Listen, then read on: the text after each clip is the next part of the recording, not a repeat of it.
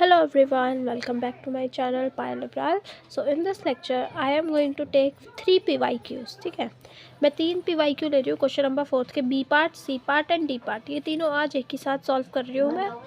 And अगर by chance तुम्हें मतलब इन PYQs के अलावा कोई एक्स्ट्रा टॉपिक है कि तुम्हें लगता है कि दीदी आप ये समझा दो, आने के चांसेस है तो मैं समझा दूंगी। ठीक है, मुझे वो नाम कमेंट सेक्शन में बता देना। बाकी लाइक करो वीडियो को। ठीक है, मुझे पता चलता है कि तुम पढ़ रहे हो।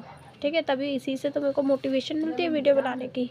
और बाकी जैसे ही क्वेश्चंस मेरे कंप्लीट हो जाएंगे मैं अपने आप ही जो मुझे लगेगा इम्पॉर्टेंट टॉपिक्स हैं आने के चांसेस है वो मैं खुद तुम्हें बता दूंगी। जैसे एक डेंसिटी थ्योरम है, शायद से सिलेबस में है तुम्हारे, वो बताऊंगी। एंड एक वो वाला भी बताना है, कन्वर्जेंस सीक्वेंस की जो प्रॉपर्टीज़ है अलजेब्रा ऑफ सीक्वेंसेस, उसके प्रूफ्स बताने बस। तो एक बार क्वेश्चन आंसर्स ख़त्म हो जाए, सारे PYQs कंप्लीट हो जाए, फिर उसके बाद मैं वो टॉपिक्स ले लूँगी 2-3 वीडियोस के अंदर। 10-10 15-15 मिनट्स की 2-3 वीडियो बनाऊँगी और ख़त्म। ठीक है, तुम्हारा रियल एनालिसिस की तैयारी हो गई कंप्लीट। इतना काफ़ी है जिसने नहीं पढ़ा है। बाकी पढ़ने वाले बच्चों सब पढ़ना। ठीक है, इन्हीं के ऊपर में डिपेंड रहना कि सिर्फ पास होना है, अच्छे नंबर से पास होना है। ठीक है, okay. So now question is proof that every Cauchy sequence is bounded. तो हमें पता है every Cauchy sequence is convergent, every Cauchy sequence is convergent. ठीक है, सारी कॉची सीक्वेंस क्या होती है, कन्वर्जेंट होती है।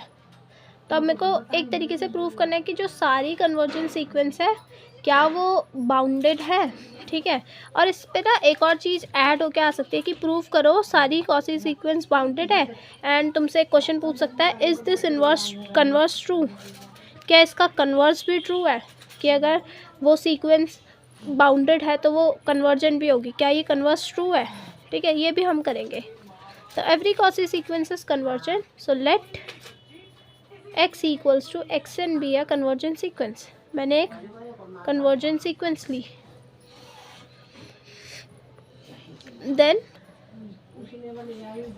It will have a certain limit. इसके पास कोई ना कोई लिमिट होगी। कोई भी कन्वर्जेंट सीक्वेंस है तो उसके पास कोई ना कोई लिमिट होगी।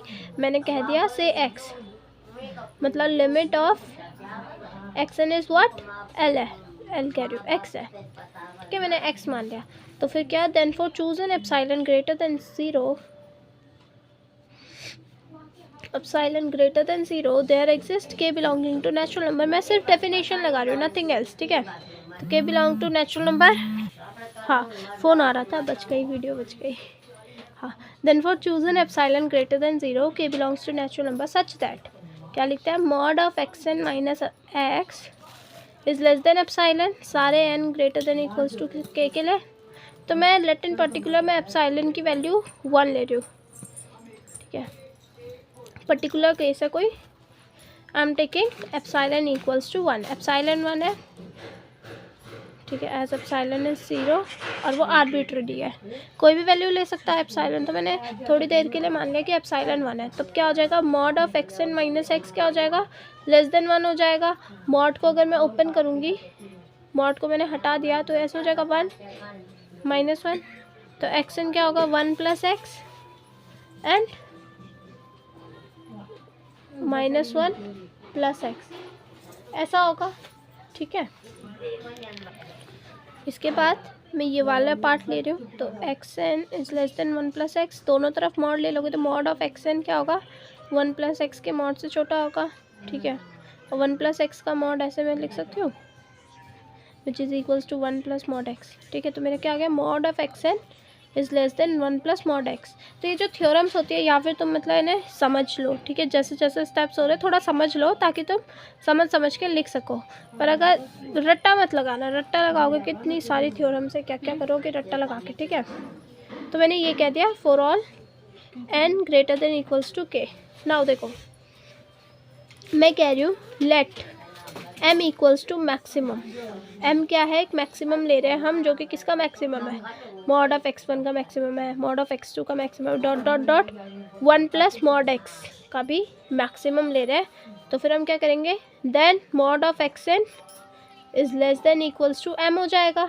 ठीक है, जो भी मैक्सिमम है उससे वो कम हो जाएगा। हेंस जो सीक्वेंस है हमारी क्या आ गई, उसके पास एक बाउंड आ गया, मतलब हैंस सीक्वेंस इज बाउंडेड। ठीक है, सीक्वेंस क्या आ गई हमारी, बाउंडेड आ गई। अब मैं इसका कन्वर्स बताती हूँ कि क्या कन्वर्स इसका ट्रू है। So know the converse is not true. तो जब भी आप बोलते हो कि कोई भी कन्वर्स इसका ट्रू नहीं है, किसी भी थ्योरम का आप कन्वर्स ट्रू नहीं बता रहे हो, तो आपको एक काउंटर एग्जाम्पल देना होता है। काउंटर एग्जाम्पल मतलब जो एग्जाम्पल हो वो सेटिस्फाई ना करो। So converse is not true, converse is not true. Converse क्या होगा कि सारी बाउंडेड सीक्वेंस क्या नहीं होती, कन्वर्जेंट नहीं होती। ठीक है, तो आपको एक एग्जाम्पल देना होगा ऐसे सीक्वेंस का, कन्वर्स इज नॉट ट्रू। तो मैंने लिया counter example, counter example let xn equals to -1 to the power n। ये वाली, तो ये सीक्वेंस कैसी होगी, xn is equals to n की वैल्यू 1 पुट करेंगे -1, फिर 2 पुट करेंगे 1, फिर -1, फिर 1। तो ये बाउंडेड तो है, जो xn है मेरी वो एक तो -1 से मतलब +1 से छोटी है और -1 से बड़ी है। ठीक है, ये बाउंडेड तो है, xn इज बाउंडेड, xn हमारी बाउंडेड है between -1 and 1, but it is not convergent. ये कन्वर्जेंट नहीं है, इट इज़ नॉट कन्वर्जेंट। क्यों, क्योंकि इसकी लिमिट यूनिक नहीं है। Convergent because it's limit is not unique, it's limit is not unique. अगर तुम इसकी लिमिट निकालने की कोशिश करोगे तो लिमिट क्या, इन्फिनिटी पे या फिर वो ऑड या इवन में -1 1 -1 1 -1 1 ऐसे देता रहेगा। ठीक है, ऑसिलेटरी फंक्शन है ये। तो ये बाउंडेड तो है पर कन्वर्जेंट नहीं है। ठीक है, कन्वर्स हो गया।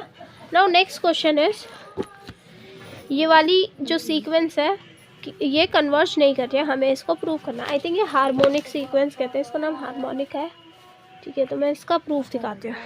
ठीक है, ओके सो तो प्रूफ, xn क्या दे रखे हैं मेरे पास, 1 1 plus half plus 1/3 plus dot dot dot ऐसे जा रहा है ये। ठीक है, टिल प्लस 1/n। xn ये है। अगर मैं xn प्लस 1 कहूँ वो कहाँ से कहाँ जाएगा, 1 1 plus 2 plus 1/3 plus dot dot dot plus 1/n plus एक और नंबर बढ़ जाएगा प्लस 1 n प्लस 1। अब अगर मैं xn प्लस 1 में से xn माइनस कर दूँ, इसको माइनस करो जरा, xn प्लस 1 में से ये पूरा हटा दो, ये पूरा हटा दो, मतलब ये पूरा हट गया। तो क्या बचा सिर्फ 1 में n प्लस 1 बचा, which is what, greater than 0। So this sequence is monotonic increasing, monotonic increasing है ये sequence, as xn plus 1 is greater than xn। ठीक है, अब देखो xn क्या है मेरे पास, xn मेरे पास है 1 plus half plus 1/3 plus dot dot dot. ठीक है, क्या मैं xn को कह सकती हूँ ये इससे बड़ा ही होगा, मतलब मैं इसके बदले दिस मैं लिख रही हूँ 1 प्लस हाफ, 1/3 को मैं हाफ ही लिख रही हूँ। ठीक है, 1/3 को मैंने क्या ही लिखा है, हाफ ही लिखा है। नहीं, 1/3 को मैं लिख रही हूँ 1/4, सॉरी वो तो फिर बड़ा आ जाएगा। 1/3 को मैं 1/4 लिख रही हूँ। तुम्हें पता है जितना छोटा डिनोमिनेटर होता है उतना बड़ा आंसर होता है, और जितना बड़ा डिनोमिनेटर होता है उतना छोटा आंसर होता है। तो मैंने डिनोमिनेटर बड़ा कर दिया तो मेरा आंसर छोटा हो गया, इसलिए xn की वैल्यू छोटी हो गई। तो 1/4 आगे भी 1/4 होगा, फिर इसके बाद 1/8 ले लो, ऐसे 1/8 4 बार ले लो, ऐसे करते जाओ, dot dot dot n terms तक करते जाओ ऐसा। ठीक है, ऐसा हम n टर्म्स तक करेंगे तो हमारे पास क्या आएगा, xn 1 प्लस ये हाफ हो गया, ये दोनों मिलके भी 1/4 प्लस 1/4 क्या बन गए, हाफ बन गए। 1/8 प्लस 1/8 प्लस ये ऐसे 4 बारी 4/8 मतलब हाफ ही हो गया, dot dot dot n terms तक। तो ये क्या आ गया, xn 1 प्लस n/2 आ गया। अब देखो एज n इंक्रीजेस तो फिर 1 प्लस n/2 भी क्या करेगा, इंक्रीज करेगा। तो अगर n इन्फिनिटी की तरफ जाएगा सो 1 प्लस n/2 भी कहाँ की तरफ जाएगा, वो भी इन्फिनिटी की तरफ जाएगा। ठीक है, सो n इज अनबाउंडेड, n क्या है, अनबाउंडेड है, उसका कोई बाउंड नहीं है। सो xn इज ऑल्सो, xn भी क्या हो गया, अनबाउंडेड हो गया, is also unbounded. So according to monotonic convergence sequence, ठीक है, हमने मोनोटॉनिक कन्वर्जेंस सीक्वेंस जस्ट पीछे वाली वीडियो में करा है। वो क्या कहती है कि अगर कोई सीक्वेंस है वो इंक्रीजिंग है, अबाउंडेड है, तो वो कन्वर्जेंट होगी। पर ये इंक्रीजिंग तो है, अनबाउंडेड है, तो क्या होगी ये कन्वर्जेंट नहीं होगी, ये डाइवर्जेंट होगी। Convergent theorem, this sequence is divergent. ये सीक्वेंस क्या आ गई, डाइवर्जेंट आ गई। समझ आया? आई होप सो ये वाला क्वेश्चन समझ आ गया होगा आप सबको। अब नेक्स्ट बहुत इजी क्वेश्चन है, बहुत, मतलब ये 5 नंबर तो तुम्हें यूं ही मिल जाएंगे। तुम्हें लिमिट सुपीरियर निकालनी है, लिमिट इन्फीरियर निकालनी है। लिमिट सुपीरियर और लिमिट इन्फीरियर कुछ नहीं होता, अभी मैं बताती हूँ क्या होता है, ठीक है। बहुत ईजी है, बहुत easy, like very easy. 5 number ऐसे ही मिल जाएंगे तुम्हें।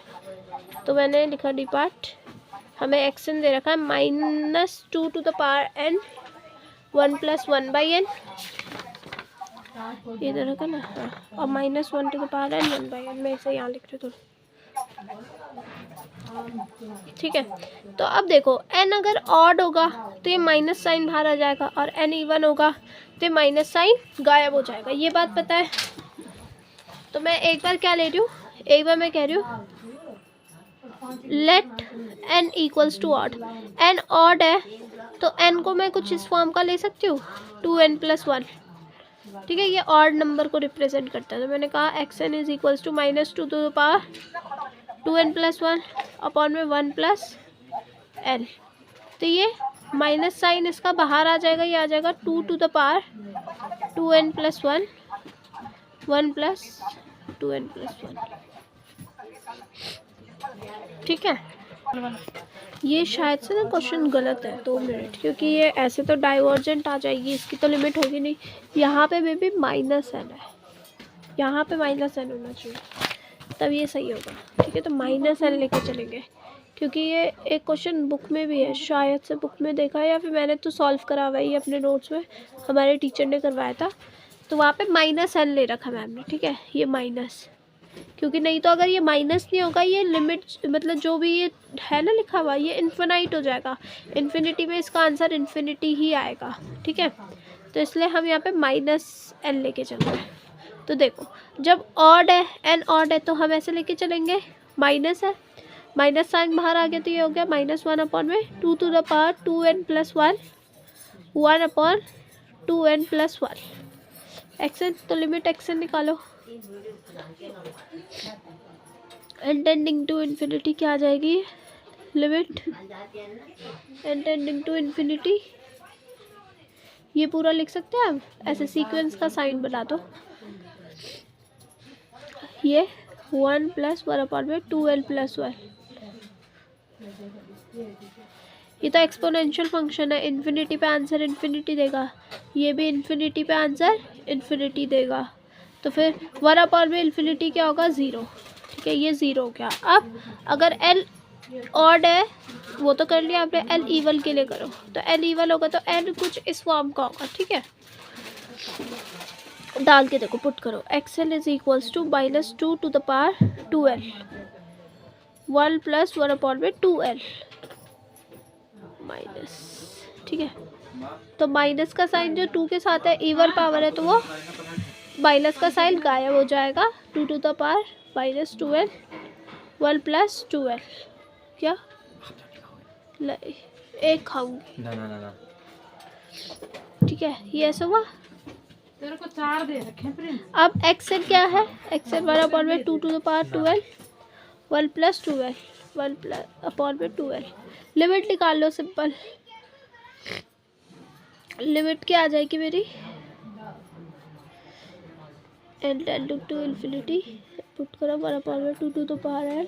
बस तुम्हें इसमें लिमिट निकालनी है। अगर 2 लिमिट निकल रही है तो जो छोटी लिमिट है वो लिमिट सुपीरियर है, और जो छोटी लिमिट है वो लिमिट इन्फीरियर है, ठीक है।